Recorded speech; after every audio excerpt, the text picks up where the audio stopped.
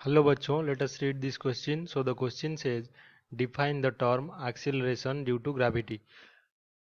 तो हमें acceleration due to gravity जो होता है इस टर्म को डिफाइन करना है। पार्ट बी में हमें क्या करना है, derive an expression for acceleration due to gravity g on the surface of earth where small m is the mass of body, capital M is the mass of earth and capital R is the radius of earth.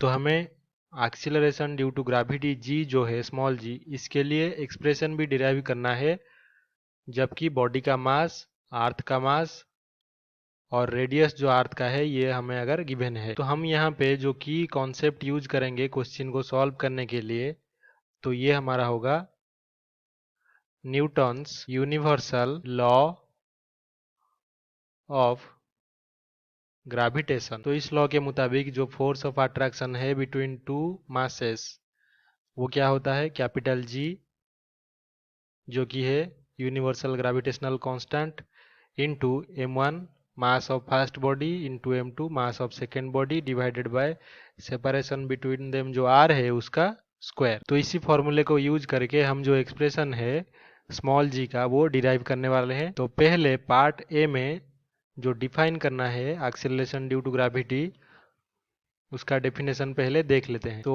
Acceleration due to gravity of freely falling body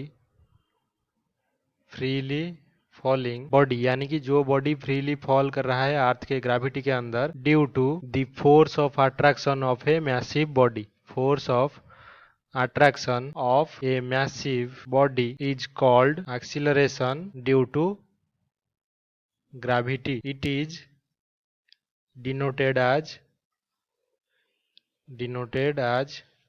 small G. Part B में हमें क्या करना है, small G जो है acceleration due to gravity, इसका expression find out करना है। तो हमें यहाँ पे अर्थ दिया गया है, तो ये हमारा क्या है, अर्थ।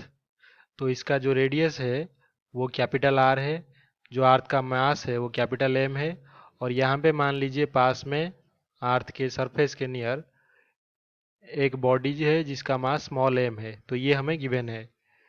तो हमें पता है according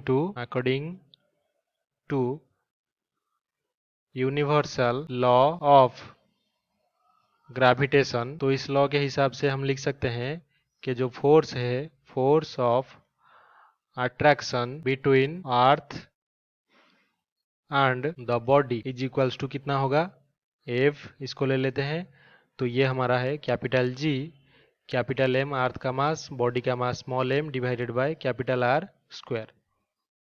तो हमें यह भी पता है फ्रॉम न्यूटन्स सेकेंड लॉ। तो न्यूटन्स सेकेंड लॉ किसके बारे में है, फोर्स के बारे में। तो फोर्स जो होता है वो मास इंटू एक्सीलरेशन, तो इसी एक्सीलरेशन को हम जी ले लेते हैं जो कि एक्सीलरेशन ड्यू टू ग्रेविटी है। तो अभी दोनों को अगर इक्वेट करें तो हम लिख सकते हैं कि जो फोर्स होगा वो कितना होगा, mass into acceleration due to gravity, और ये इक्वल्स टू होगा हमारा gravitational attractive force capital G capital M into small M divided by capital R square. तो यहाँ पे अगर स्मॉल एम को बोथ साइड से कैंसिल कर दें तो हमारा जो स्मॉल जी है acceleration due to gravity equals to हो जाएगा capital G into mass of earth divided by capital R square. तो ये हमारा फाइनल एक्सप्रेशन है एक्सीलरेशन ड्यू टू ग्रेविटी का। तो यही हमारा फाइनल आंसर होगा। I hope you have understood this well. Best of luck.